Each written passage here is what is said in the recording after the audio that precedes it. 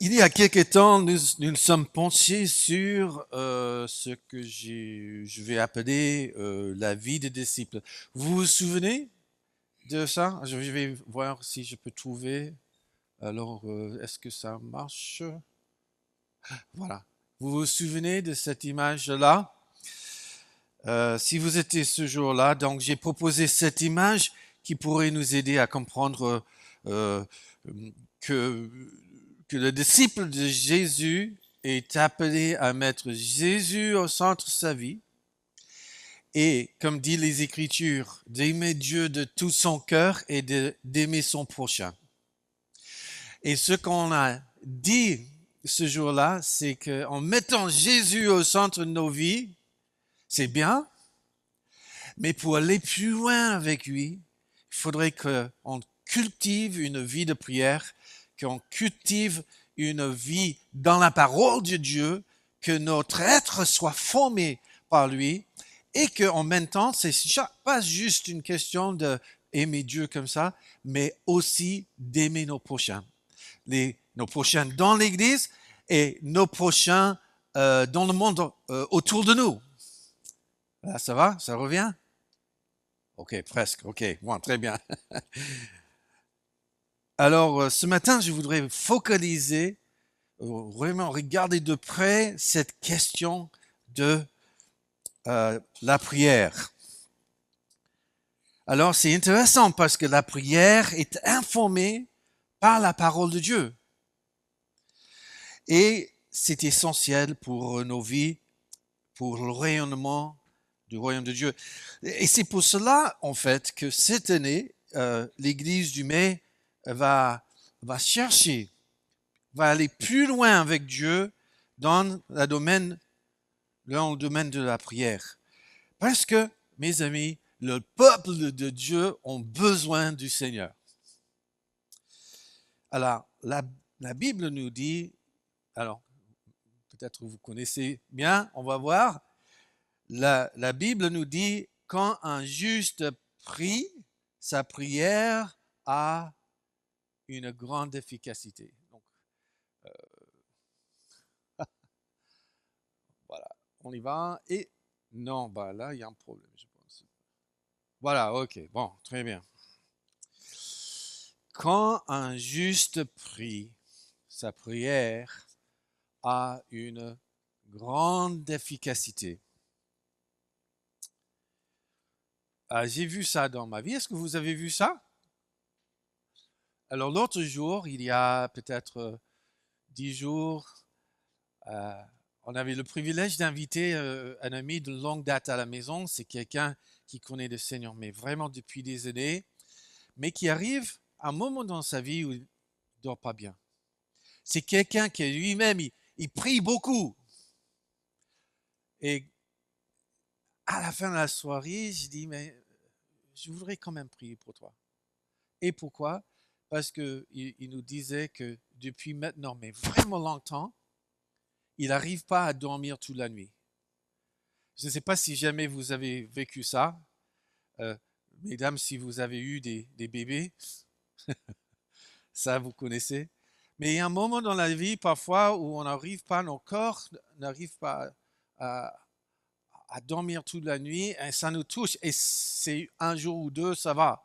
Mais quand ça dure des semaines et des mois, c'est difficile. Et donc, je me sentais inspiré comme ça. J'ai dit, je vais prier pour toi. Le lendemain matin, on a reçu un petit texto qui disait, pour la première fois depuis des mois, mon ami a dormi 8 heures d'affilée sans être réveillé. Et je me suis dit, on aurait pu très bien dire bonne soirée, mais à un moment donné, j'ai dit, mais quand même, on va prendre l'occasion de prier. Waouh! On a vu ça dans d'autres domaines de nos vies. Il y a quelque temps, une voisine a partagé avec mon épouse que sa belle-fille était enceinte et qu'elle était en quête parce que le bébé avait une déformation de crâne, il y avait des soucis dans le ventre de sa maman et Christ a dit, est-ce que tu veux que je prie? Et la dame était d'accord, elle dit oui. Alors, si c'était moi, j'aurais dit, ok, je vais dans mon bureau et je prie. Mais pas Christa. Elle a dit, ok, je viens chez toi, on va prier ensemble. Et c'est ce qu'elle a fait.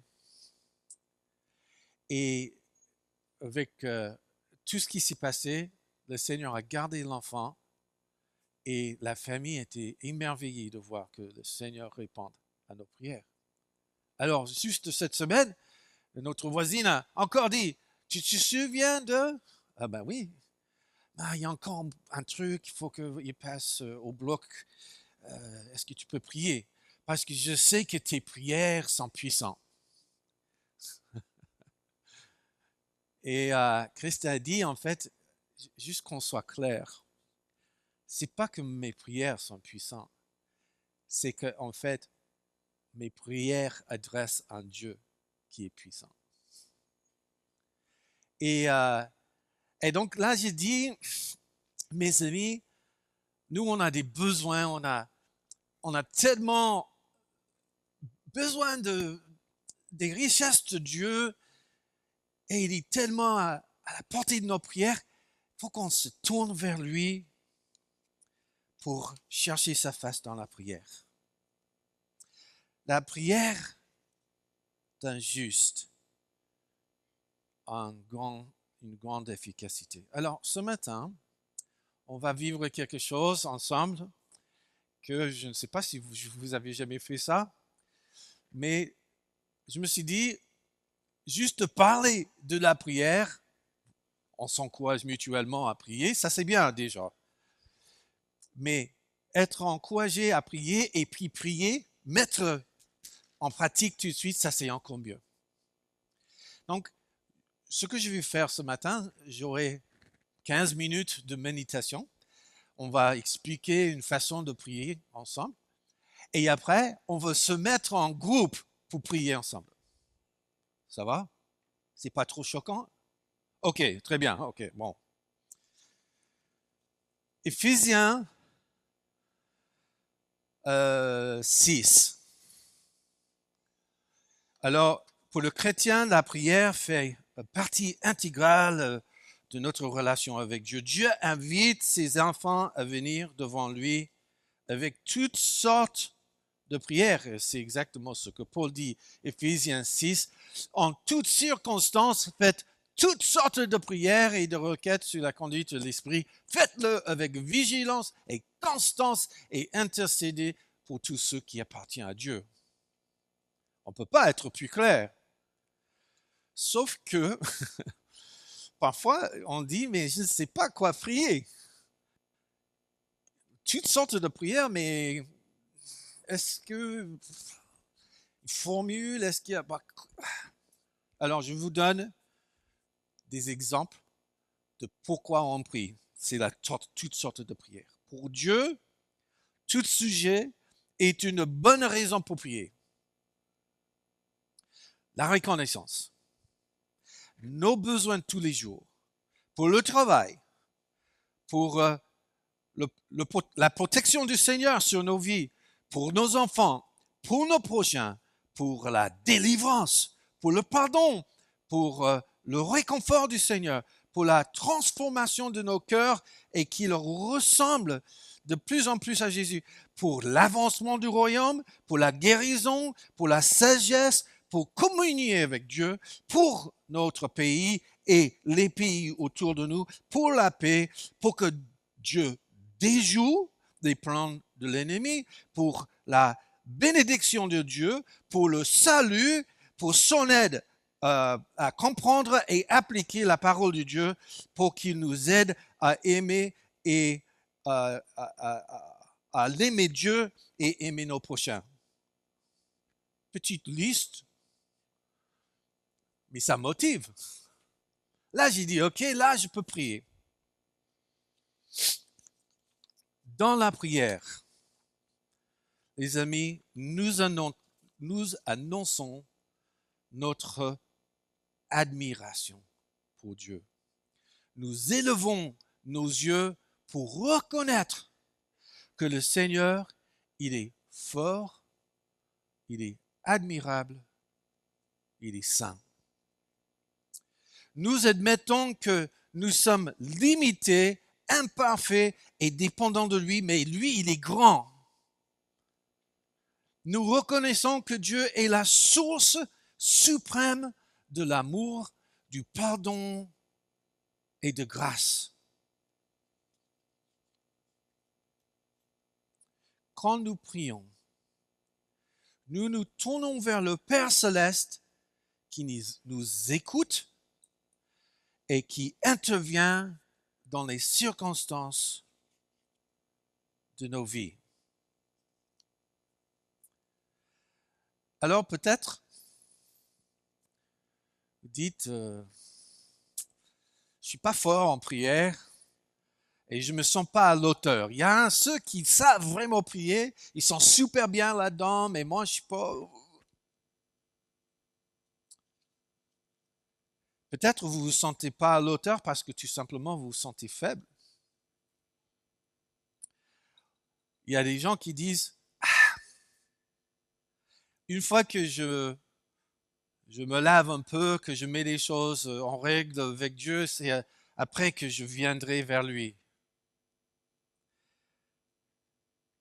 Comme si Dieu ne comprenait pas que nous avons des luttes et qu'il n'était pas bienveillant envers nous, et donc il faut se prouver.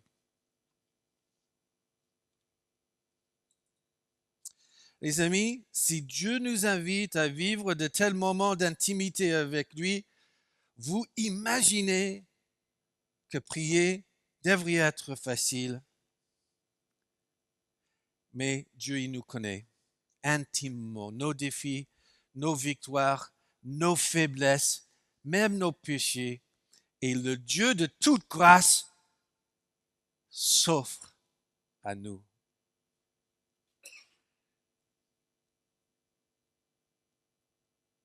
Les Écritures nous disent, nous n'avons pas un grand prêtre qui serait incapable de se sentir touché par nos faiblesses.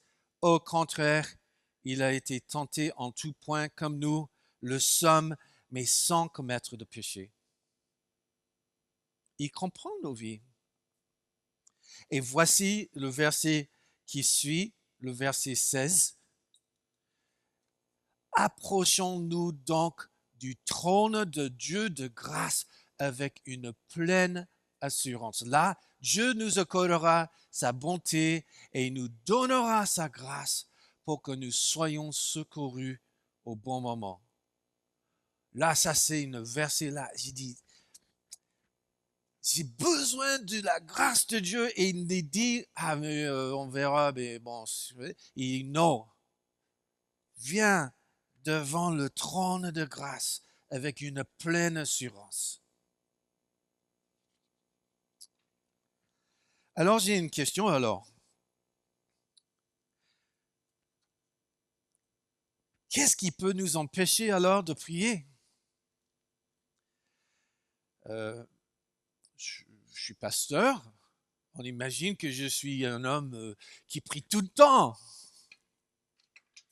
Mais la réalité, c'est que il y a des choses qui m'empêchent à prier. J'ai le sentiment, là, avec Dieu cette année, il m'appelle à aller plus loin avec lui dans la prière.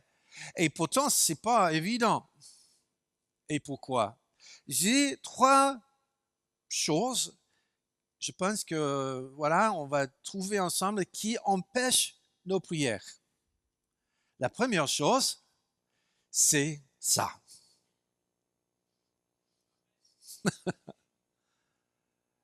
Pourquoi? Parce qu'à tout moment, ça peut sonner. À tout moment, quand nous sommes distraits, on ouvre pour regarder si on a des messages. Et si on n'a pas de message, mais sûrement, il y a un peu de Candy Crush qu'on peut jouer.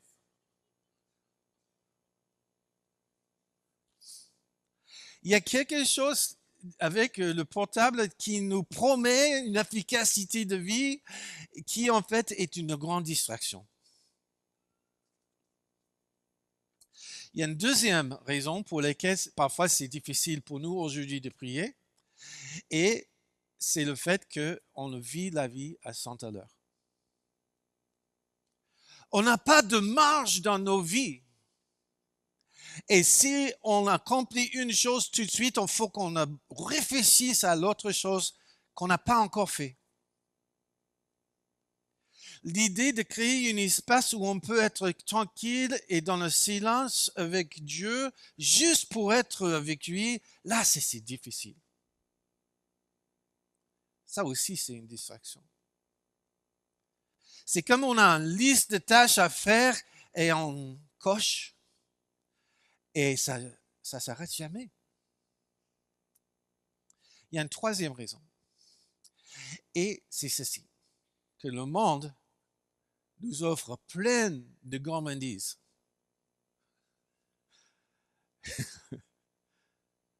Bon, pour cette dame-là, est-ce que c'est chocolat ou est-ce que c'est la pomme? Mais en fait, le monde offre plein de choses qui ça nous donne un peu de plaisir. Ça nous offre peut-être des choses qu'on se dit, je vais me procurer un peu de bonheur. Mais au final, ça dure quelques minutes, quelques temps.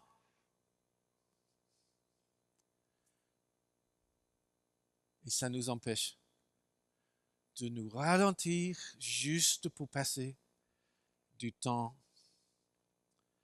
avec Dieu.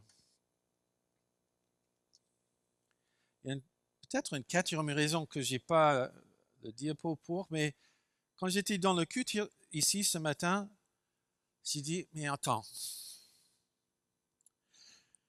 en fait, quand nous connaissons Jésus, son esprit vit en nous. Et Paul nous dit dans le livre de Romains que l'esprit prie même pour nous. Mais peut-être c'est difficile à prier parce qu'on ne connaît pas Jésus.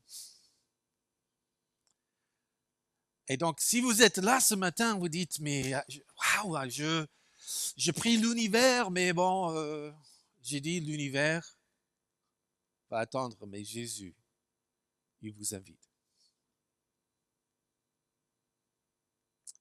Et donc, quelques raisons pour lesquelles on a du mal à prier. Mais il y a une dernière chose, c'est que parfois on sait même, il nous manque en fait un plan. Comment prier? Alors, je vais vous présenter maintenant un plan pour prier. Et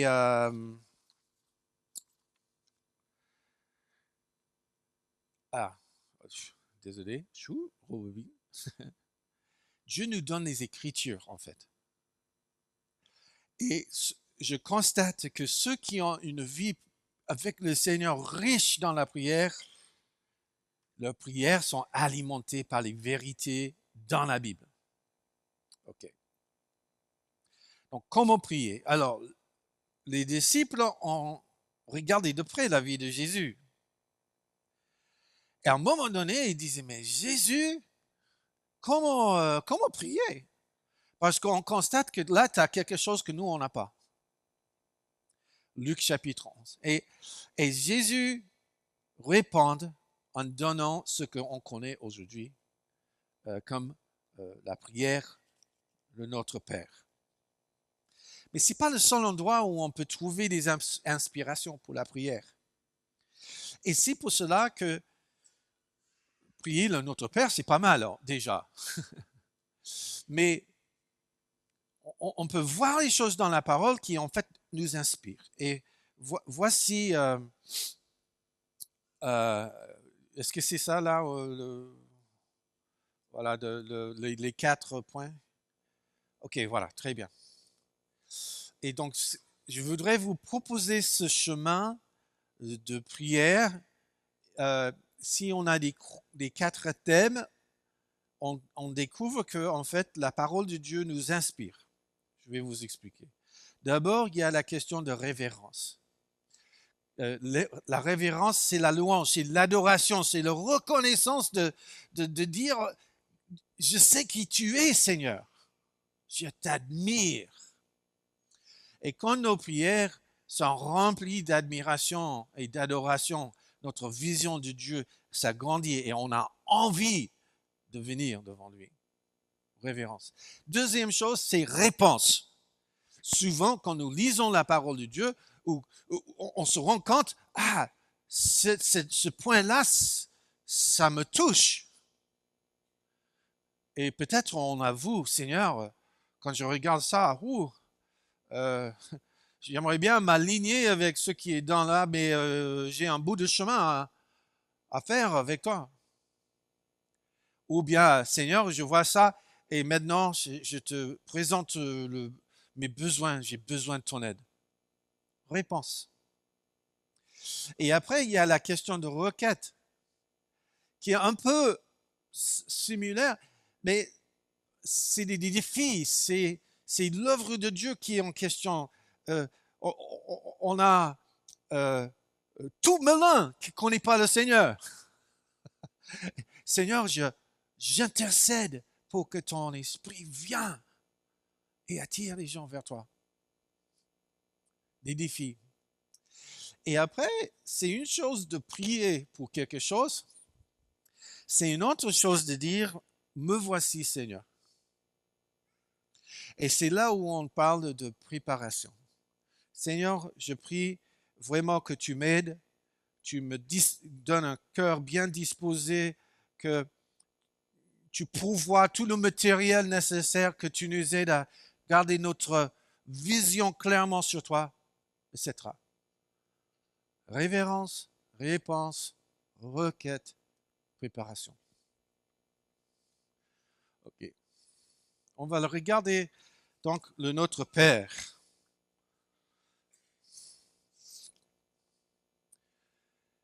Est-ce que vous serez d'accord pour vous mettre debout et on va lire ensemble? Ok. Voici le Notre Père en Matthieu 6. Priez donc ainsi. Notre Père, toi qui es dans les cieux, que tu sois reconnu pour Dieu.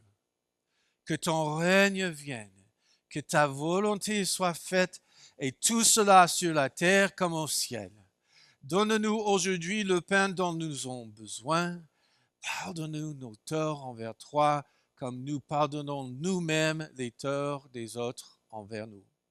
Garde-nous de céder à la tentation et surtout délivre-nous du diable, car à toi appartient le règne, la puissance et la gloire à jamais. Amen. Vous pouvez vous asseoir. Alors, si on revient sur ce premier point qu'on avait dit, on regarde Dieu avec des yeux d'admiration, de louange. Qu'est-ce qu'on peut, en regardant ce passage, cette prière, qu'est-ce qu'on peut apprendre de Dieu et qu'on peut ensuite remercier le Seigneur pour cela? Donc, on a plusieurs choses. D'abord, on voit que c'est un Père qui est bon et il a envie de nous enseigner. On voit aussi que Dieu est notre Père à cause de Jésus. Dieu est saint et digne d'adoration. Le royaume de Dieu est juste et parfait. Dieu, il a un dessein pour nous. Nous ne sommes jamais seuls. Dieu pourvoit à nos besoins. Dieu nous pardonne et Dieu nous apprendra à pardonner. Dieu marche avec nous dans nos défis quotidiens et Dieu veut que nous soyons comme lui. On tire tout cela juste de ces quelques versets. Dieu, c'est un Dieu merveilleux.